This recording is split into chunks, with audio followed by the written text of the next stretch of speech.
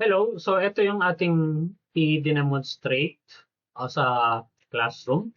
Ito yung original figure and then tinevelop natin yung mga orthographic views which are the front, left, rear, and right elevations. Tapos, ito yung top view tsaka bottom elevation. By the way, itong bottom, this is plan, hindi yan elevation. Kasi kapag sinabing elevation, ito ay you are looking at your line of sight is parallel to the horizon. Yun ang elevation. Kapag ka plan, ang line of sight mo, it is directed towards the center of the earth. So, vertical, no? Yun ang line of sight. And then, after developing the orthographic views, gagawa na tayo ng layout. So, dito sa layout 1, i-click mo lang yan. Ito yung default setting niya. Meron na siyang figure dito. So, ayusin natin yan, ano? Right-click mo ito.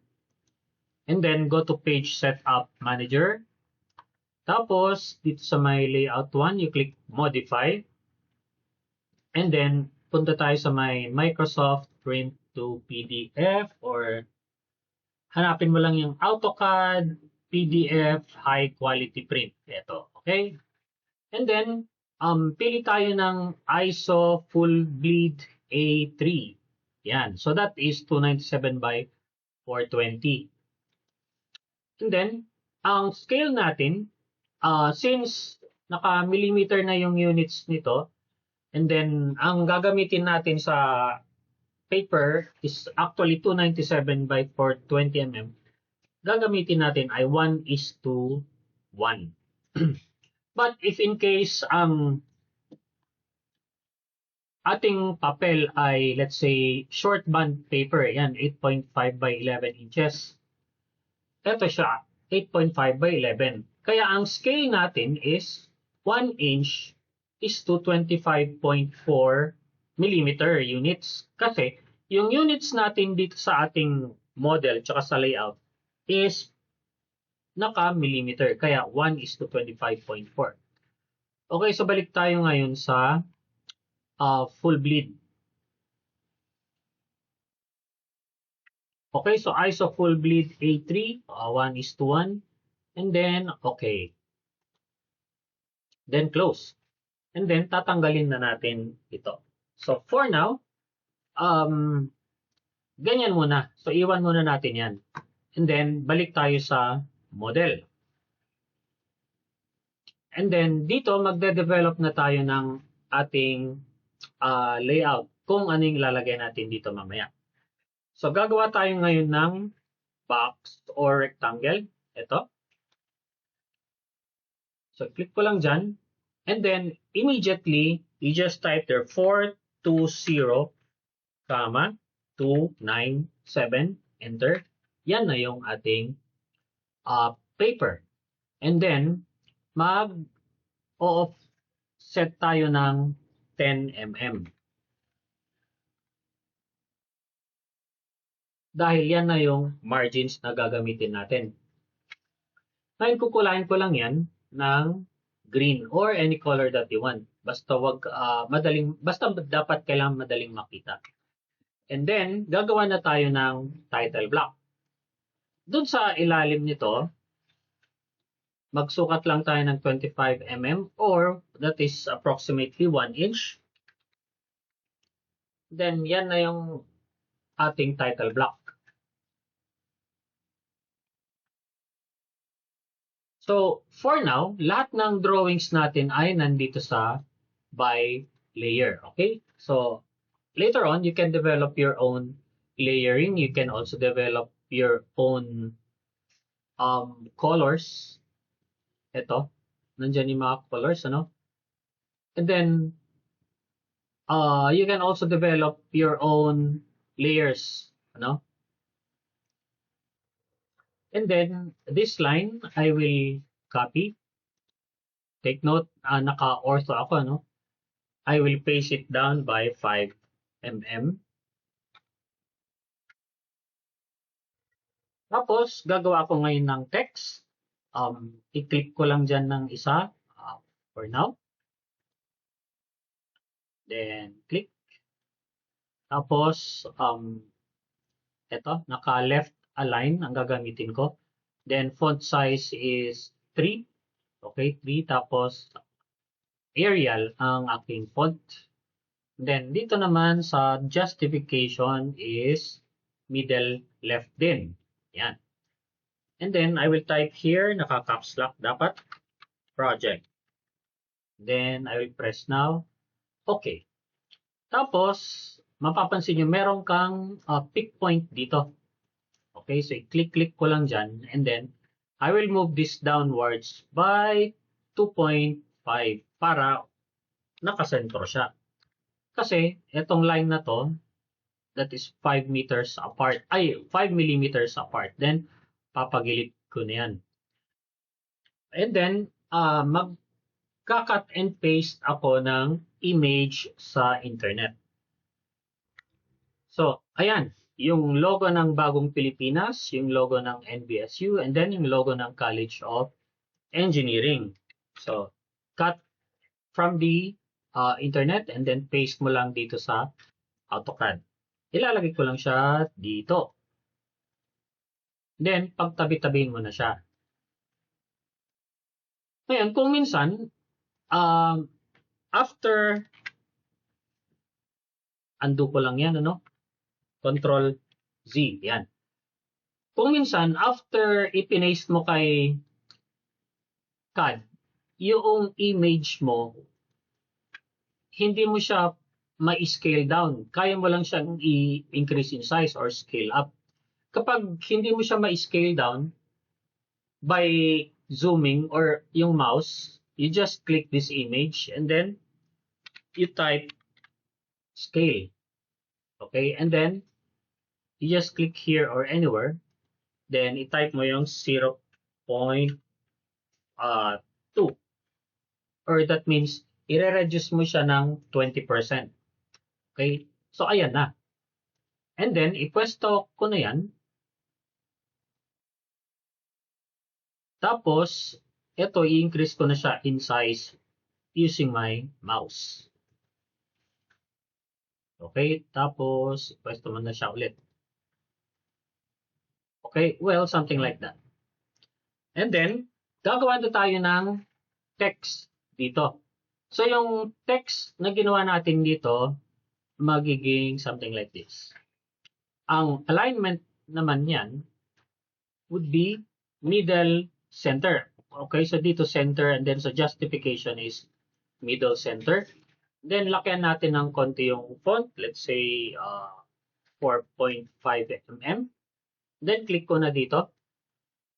At yung title niya is, title ng project is ISO 2 Ortho Views. Then, okay. Tapos, pwesto mo lang siya. And then, sa ilalim nito, I will just copy this, paste it downwards. Let's say, ang lalagay natin dito is the address or location. So, paliitin ko to. So, hin-highlight ko yan. Gagawin kong, let's say, 2 mm yung font size. Then, I will click here. Yan. And then, NBSU-OE space Bayombong Nueva Vizcaya. Then, okay. Tapos, gagawa ako ng line somewhere here. Yan. Ngayon, yung lines, walang specific distance mula dito sa edge. Okay, so very flexible tayo, no? As long as na maganda na sa iyong paningin. And for me, dito, yung space dito is the same space here. And then ito, hindi nakadikit dito. Yan. And then itong address, okay lang na nakataas ng konti dito sa bottom margin. Okay, so that's how I edit my work. Yan. And then, gagawa na tayo ng other text dito sa mga susunod.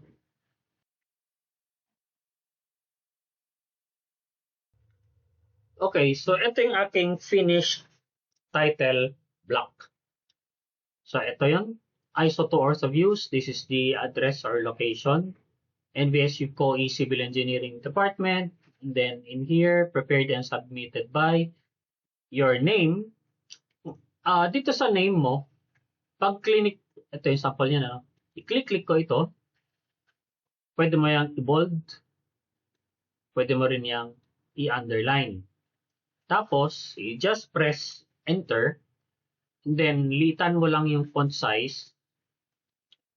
Then, tanggalin mo na yung bold, tsaka yung underline.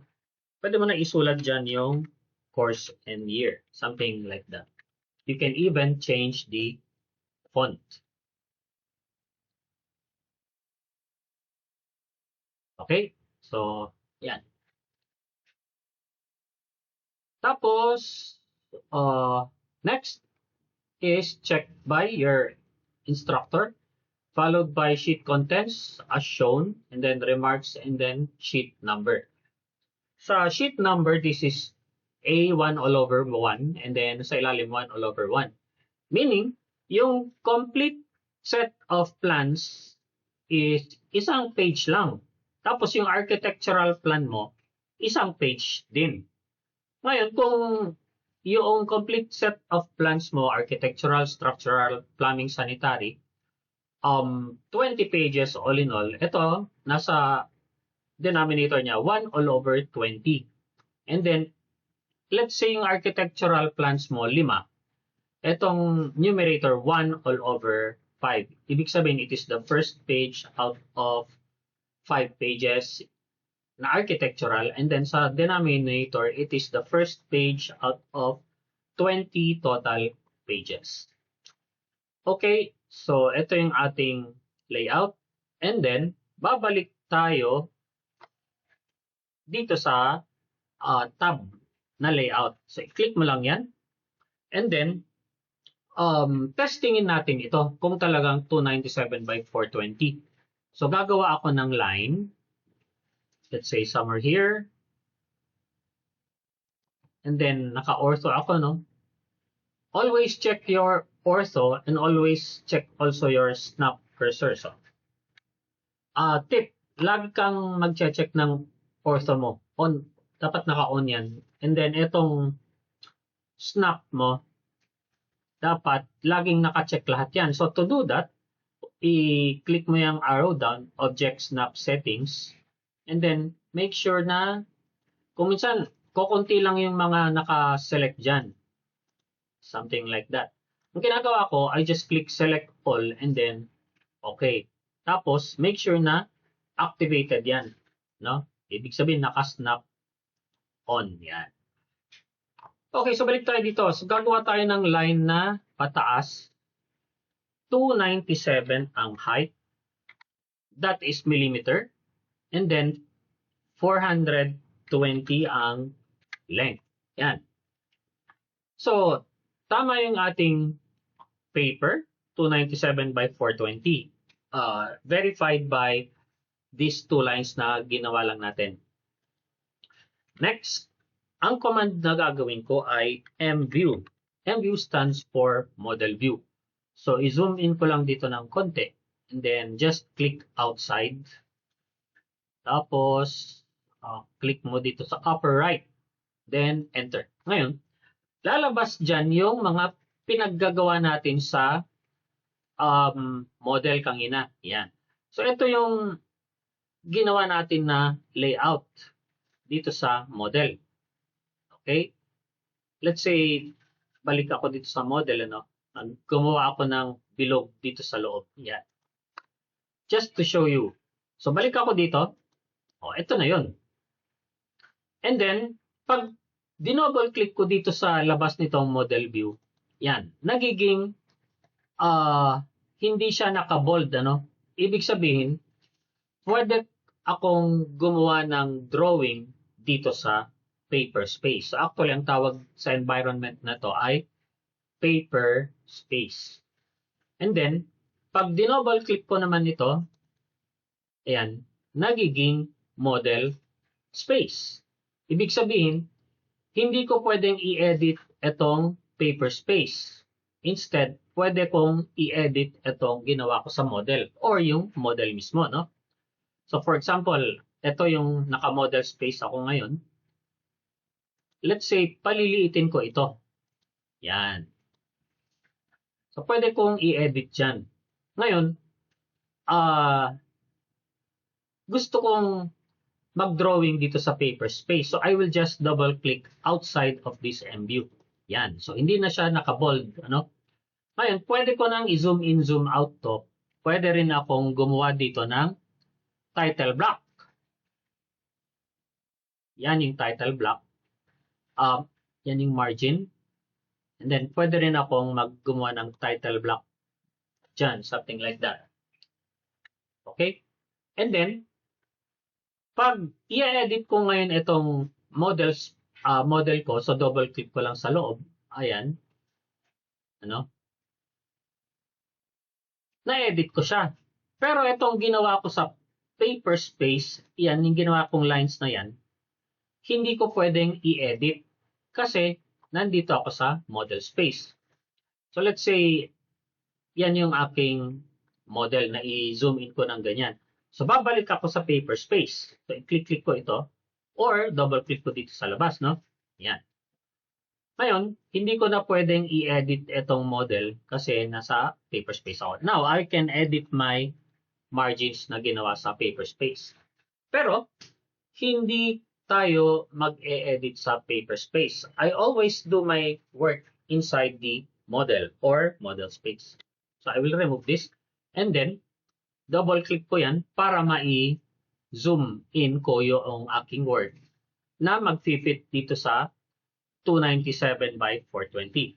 Okay, so ayan. So I will immediately type zoom, enter, and then scale, enter, tapos 1 all over 1 XP. And then enter. Ngayon, yung 1 all over 1, yan yung, take note na yan yung nilagay natin dito sa page setup manager na, ayan, 1 all over 1. Yan yun. Then, I will just escape this. Next, ipapasto na, ngayon, wag ka nang mag-scroll or mag-increase, decrease. Pag na ganyan napindot mo yan, mag-zoom, scale ka ulit. Okay, zoom, scale, 1 all over 1 XP. Yan. Tapos, make sure na ipapan mo lang yan. Tapos, double-click sa labas to go to paper space and then i-zoom in ko lang yan. And then, i-click-click ko tong M view dahil ipurpose ko tong green margin just on this corner of your paper. So to do that, I will now move my M view and then slowly yan ang aking endpoint. Tapos, i-off ko si ortho, then i-move ko dyan slowly dito. Okay? So, ang aking pick point, yan, yung corner nung kulay green. So, dyan ko siya i-move. Zoom in mo lang hanggang puminto. Yan. So, nakahinto na yan, ano?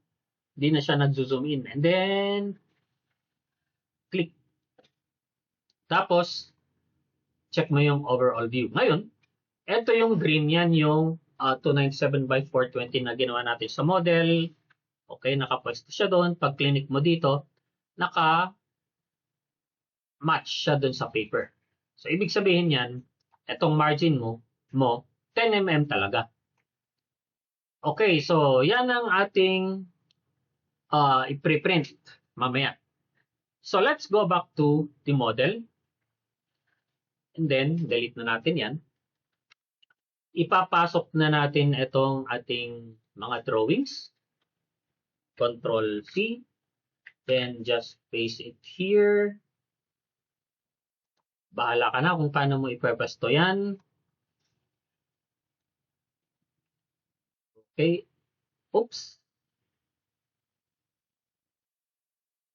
Tapos, itong original figure, copy ko rin. Paste ko dito. And then, yung mga images, kung minsan, mahirap siyang i-reduce in size. Ano? Kapag mahirap siyang i-reduce in size, then you use scale. Yan.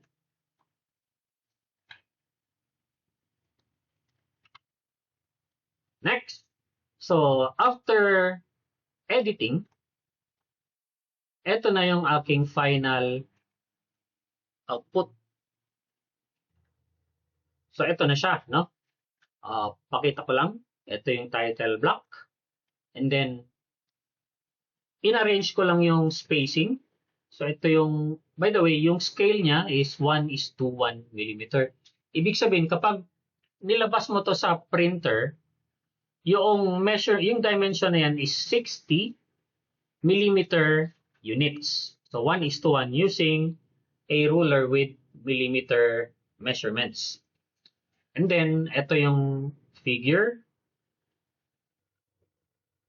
So, nilagyan ko siya ng text, isometric view, and then not to scale. Ibig sabihin, kapag print out mo siya, hindi magiging effective yung ruler na pag-measure dyan. Okay? Then, ayan yung arrow. Ibig sabihin, ito yung orientation ng front. And then, ito yung mga elevation views. Okay? 1:1 mm. Sa dimensioning, kumpleto yan. Lahat ng possible na lagyan ng dimension, nilagay ko. Yan, ano? Then, ito. This is 10 mm. And then, etong height nito is 16. Okay. Tapos, itong dimension na yan is 8. You will notice na lahat ng dimensions ko, hindi siya nakadikit dito sa figure. Yan ang tamang dimensioning. Walang didikit sa figure. And then, ito yung top view, tsaka ito yung bottom view. So, mapansin nyo na view na ang nilagay ko, hindi na siya elevation. Kasi yung top view tsaka bottom view, ang line of sight mo dito ay vertical lines. And then, i-pwesto mo siya ng mabuti. Okay? I-distribute mo ng mabuti. So, ang tawag doon, in the old days, ay distribution. So, dito, hindi nakadikit yung aking figure, something like that. Ano? Pangit tingnan yan. Dito masikip, samantalang dito maluwag, dito may space. Hindi maganda yung ganyan. So, ang distribution mo is dapat kung ano yung space sa taas, ganun din yung space sa baba. And then kung ano yung space sa gilid, like this, ganun din yung space dito sa gilid. Ngayon, ito yung isometric view. Papapansin nyo na yung clear space dito, tsaka yung clear space dito is almost magkaparehas. Yan. Para hindi masakit sa mata. Okay, now let's go back to our layout. Yan. Oops. So, not disarrange. Kapag ka ganyan, pwede mo siyang i-double click sa loob, and then palabasin mo. Ito yung aking figure kanina. Yan yung original. Ito yung basic orthographic views. Ito na yung aking final product. So, mapapansin nyo na hindi siya naka-match. So, I will type here zoom scale 1/1 XP, enter, and then I will go back to paper space, double click pa lang dyan, tapos zoom or scroll zoom, and then click ko yan, tapos move. And then ito ang aking base point. Then off ko lang tong si ortho, zoom in ko lang, then dyan ko siya i-didikit. Then, ayan. Yan na yung overall view. Okay. So, malapit na tayong matapos. Now, to verify your work, naka-paper space na ako. Ngayon, pwede mong scroll in, scroll out. Dito kay layout, mapapansin nyo na may line dito. So, dapat sa print out, sa view ng print, wala yan. So, i-check natin ngayon dito kay File, and then Plot Preview. Ito yun, So kapag zoom ko yan, actually wala yung line dun. So pag print mo na to sa plotter or sa printer, wala yung lines dyan. Pati rin dito sa logo, wala yung mga lines dyan. Okay, so ito ang print preview ng aking project na ISO to ortho views. Okay, so ito yung finished product nung aking demonstration. So I will just X this. Now let's go to your homework. So sa homework nyo, kailangan makita ko yung ganito na nakalagay dito sa layout. Okay, so that is layout 1. And then, so balik tayo dito. Gagawa kayo ngayon ng orthographic views ng ganitong mga figures. So we have figure A. Ito. Gagawa kayo ng orthographic views ng figure A. Sorry, this is... Okay, pwede natin sabing figure A yan. And then you also make orthographic views of figure B, figure C, and then figure D. Actually, itong figure D tsaka yung figure B, magkaparehas lang yan, no? Iniba ko lang sila lang ng orientation ng front view. Ganon din yung figure A tsaka figure C. Iisang figure yan, but different in orientation. So, kailangan kong makita sa isang CAD file yung drawings ninyo ng orthographic views ng A. So, let's say ito yon, ng B, C, and D. Also, I need to see 4 layouts here. Let's say ito ay i-rename ko to, ano? Let's say figure A. Yan. And then, pwede mong i-copy to. Right-click. Right-click mo yan. Move or copy. Tapos, let's say, dito create a copy. You can rename this as figure B.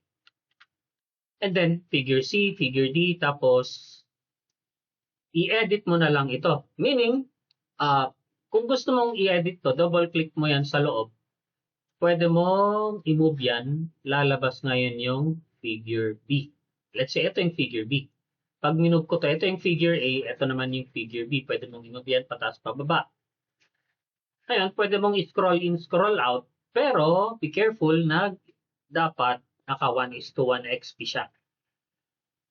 Okay, so magseset tayo ng deadline sa ating GC. Okay guys, so that's it. Thank you for listening.